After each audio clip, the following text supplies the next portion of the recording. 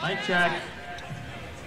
We are now having an awesome guest speaker that we all love very much. Since I was a child, been watching him on TV, influencing my life, influencing all of yours, I'm sure. So I just want to introduce our beloved Canadian foremost environmental academic and activist and wise elder, David Suzuki. Thank you. Thank you. Yeah, I was afraid for a minute there I was going to get voted off the island. I want to say right at the beginning that I'm speaking to you as a private citizen. I don't represent or speak on behalf of any organization or group. I'd also like to begin by acknowledging that we are gathered here on Coast Salish ground. I want to thank the organizers of today's program for inviting me to share a few ideas with you. I believe the Occupy movement could be absolutely historic, but we won't know for years from now.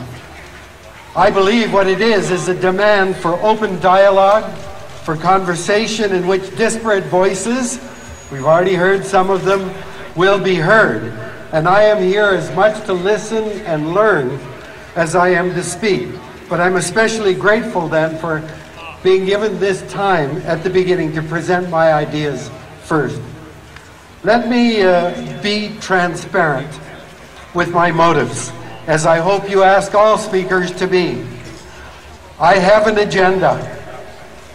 I am an elder, and I'm long past the seduction of fame or money or power. I speak to you today as a grandparent with 4 young children and a 5th on the way. And I've seized this opportunity to speak about their future, a future far less rich in biodiversity and natural abundance than when I was a child. My generation and the boomers who followed have lived like kings and queens and thoughtlessly partied as if there's no tomorrow. We forgot the lessons taught to us by our parents and grandparents who came through the Great Depression. Live within your means. Save some for tomorrow. Satisfy your needs, not your wants.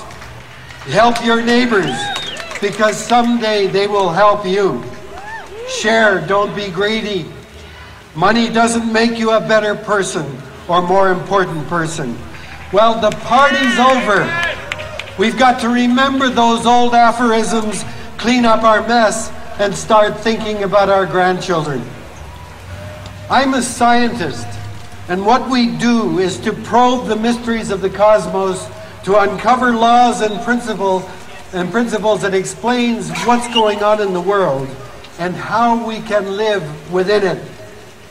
Physics tells us we can't build a rocket that will travel faster than the speed of light. I know at CERN they're saying maybe 6 kilometers faster than the speed of light, but don't hold your breath on that one.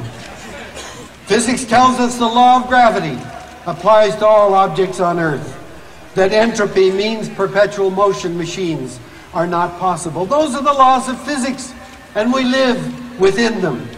In chemistry, diffusion constants, reaction rates, atomic properties set the limits of chemical reactions and the kinds of molecules that we can synthesize.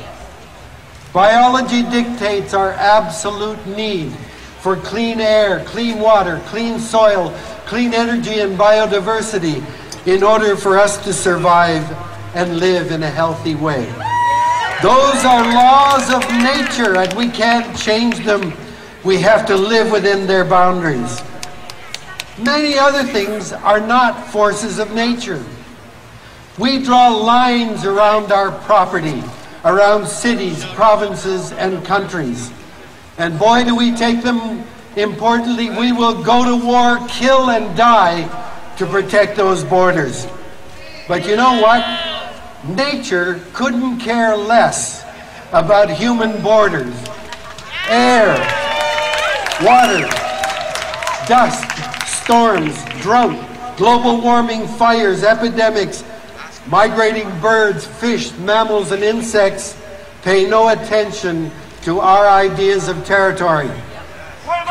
Other things, capitalism, economies, corporations, markets, and currency, these are not forces of nature. We invented them. And if they don't work, we can and we must change them. Look at what happened in Copenhagen. 192 nations gathered to deal with the atmosphere that belongs to no one. 192 national borders, 192 economic priorities, trying to shoehorn nature to fit our agendas. It will never work unless we subordinate our priorities to the limits imposed by nature itself. For me, the Occupy movement is about ecos, the Greek word for household or domain. It's about defining our place in community, in the state, in the nation, and in the biosphere. What is our home? And how do we live in it sustainably, with opportunity and meaning and happiness as our highest aspirations? Ecos is home.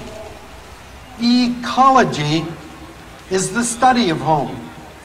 Economics is its management. But we elevate economy above ecology. For 5 years, the Prime Minister of Canada has never acknowledged the reality of human-induced climate change, or that Canada is the industrialized nation most vulnerable to its impact. And now he's cutting back on scientists in Environment Canada and research on climate, so then we don't have to listen to the facts. Mr. Harper has steadfastly said, we can't reduce greenhouse gas emissions because it will destroy the economy. First of all, it's not true. Sweden, a northern industrialized country like us, has a carbon tax, has reduced its greenhouse gas emissions 8% below 1990 levels, while its economy grew by 44%. But more egregious, Mr. Harper lifts the economy above the very air that keeps us alive. Let's put the eco back into economics.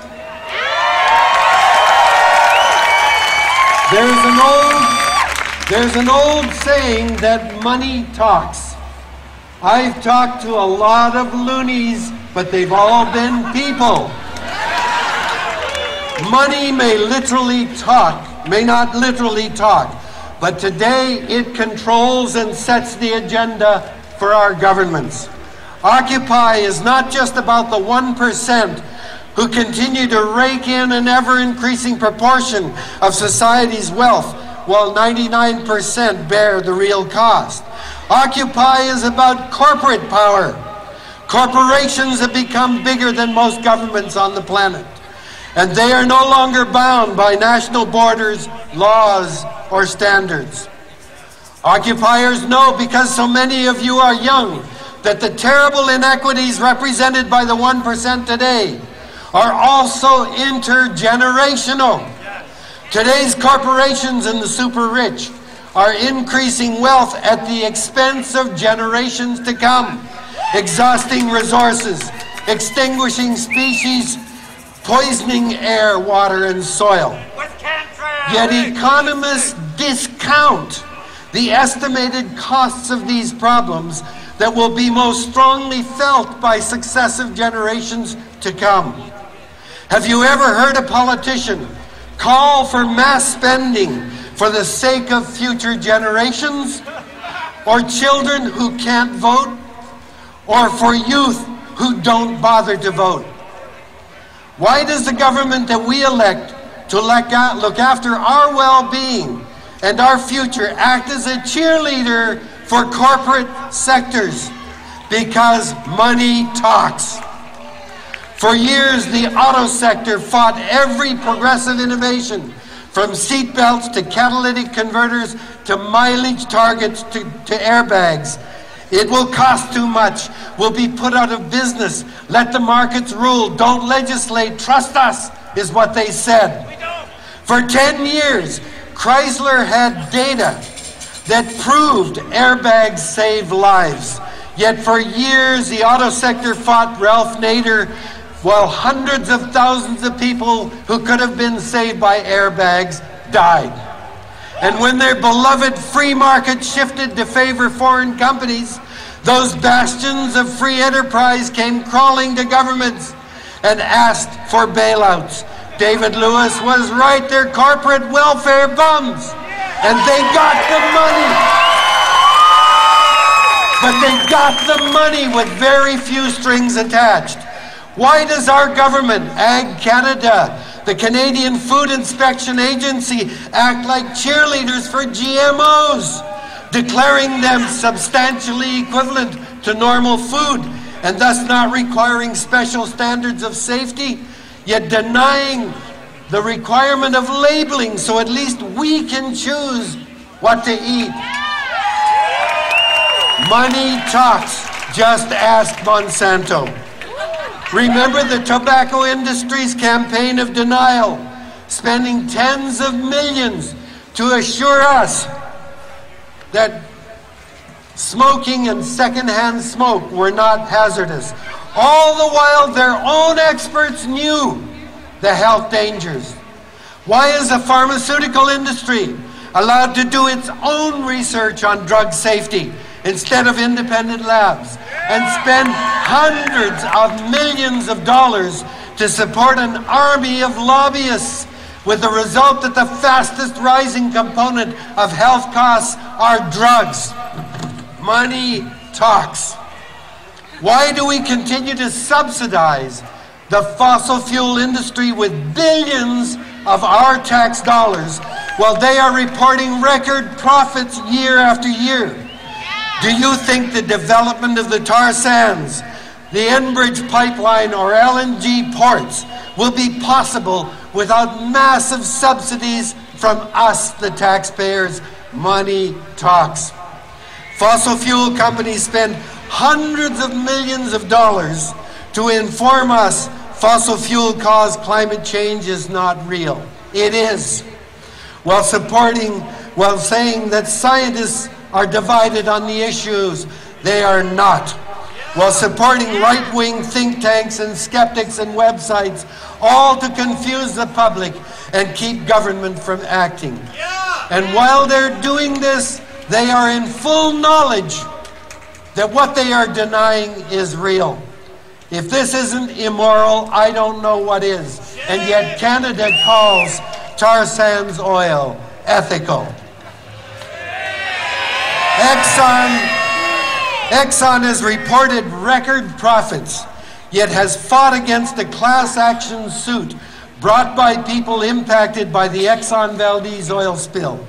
Exxon has lost over and over again in the courts, but has appealed each time, and to this day, Exxon has not paid a single cent to the victims of the Exxon Valdez oil spill.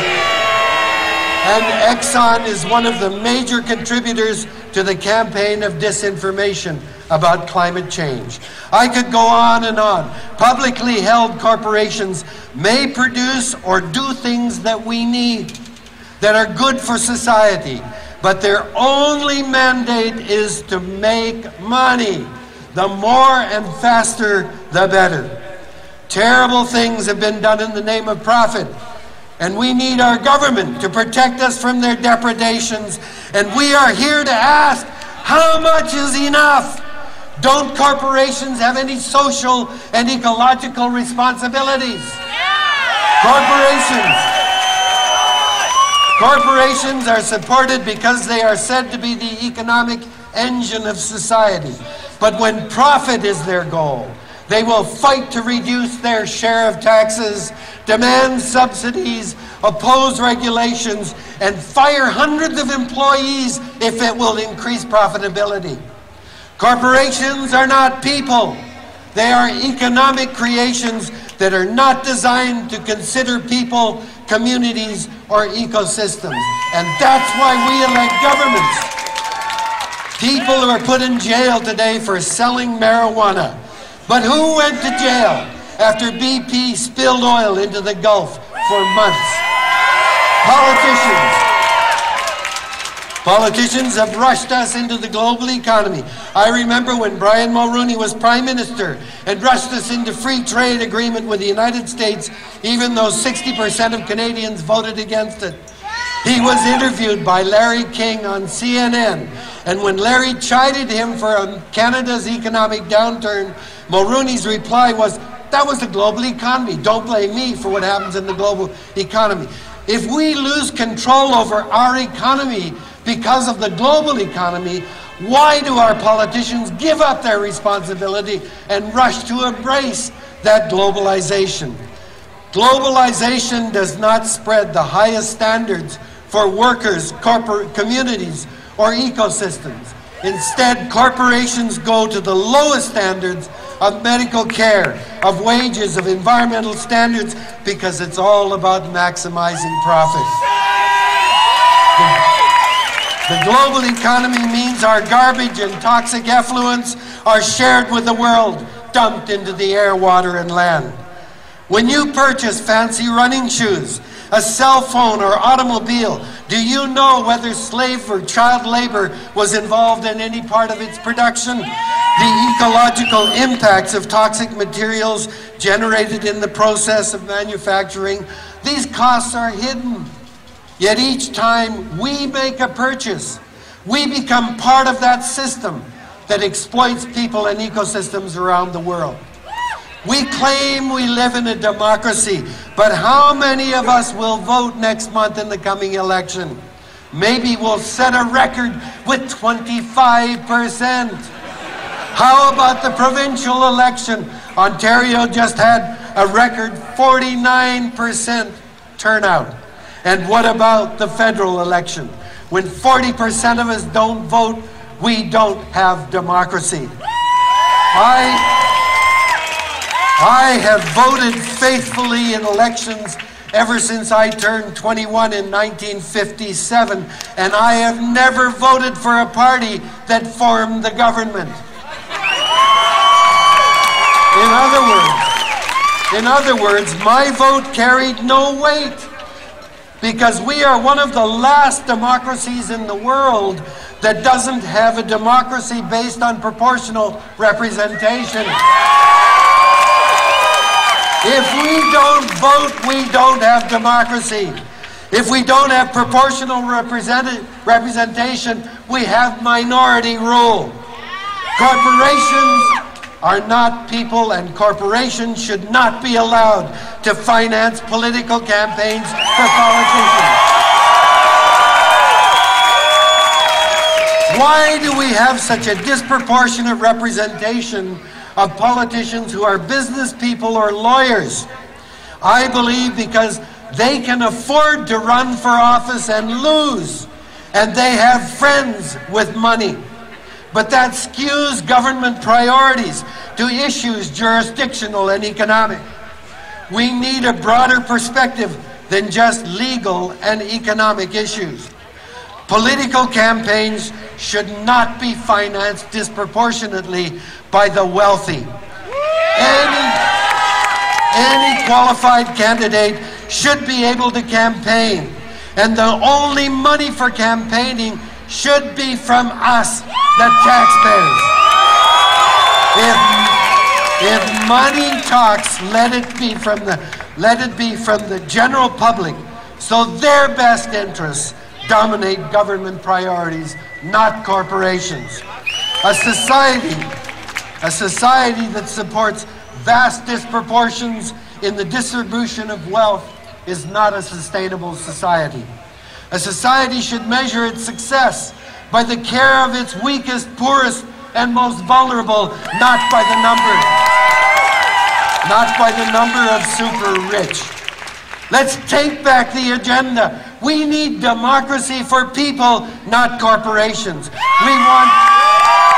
We want greater equity. We demand social justice, especially for the first peoples of this nation, and we want to recognize and protect our most fundamental needs: clean air, clean water, clean soil, clean energy, a diversity of other species, and communities that support our children with love and care. Thank you all for letting me stay at the country. Thank you, David Suzuki. Let's hear it. Occupy Vancouver.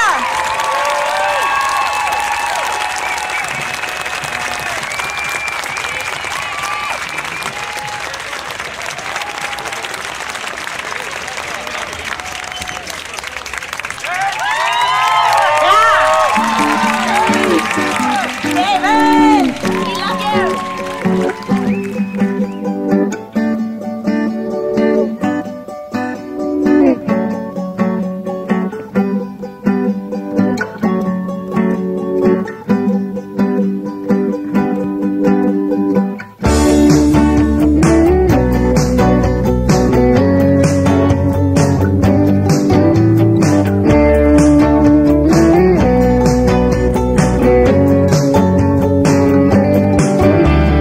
Newspapers flying by, TV reporters cry every day. The news just gets worse while the rage of the people burns.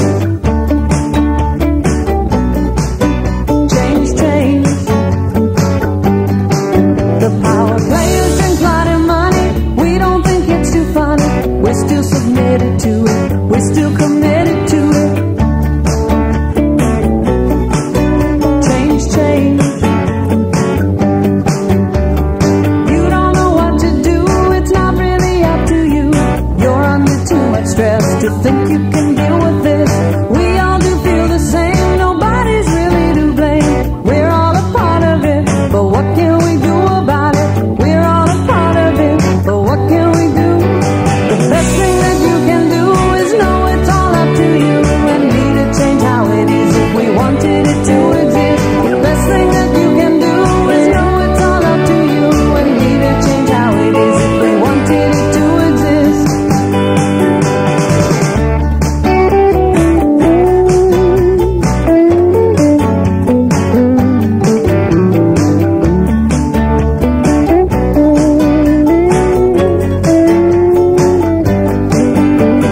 Learn it through inner knowledge. You don't have to go to college or university to agree that you disagree. Change, change. Every single thing that you do makes a difference. You know it's true. Every thought that your mind can send is our beginning or the end. Change, change.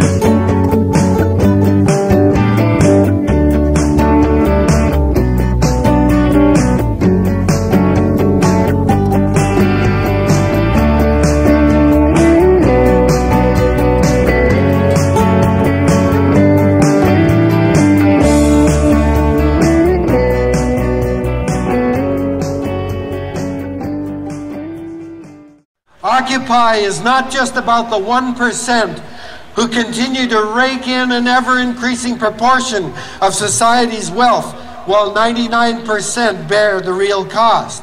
Occupy is about corporate power.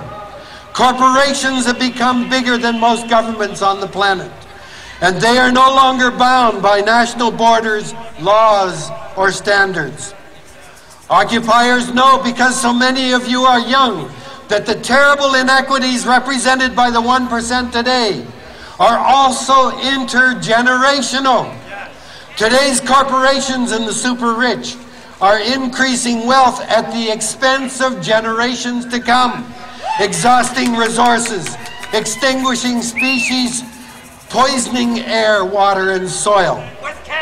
Yet economists discount the estimated costs of these problems that will be most strongly felt by successive generations to come.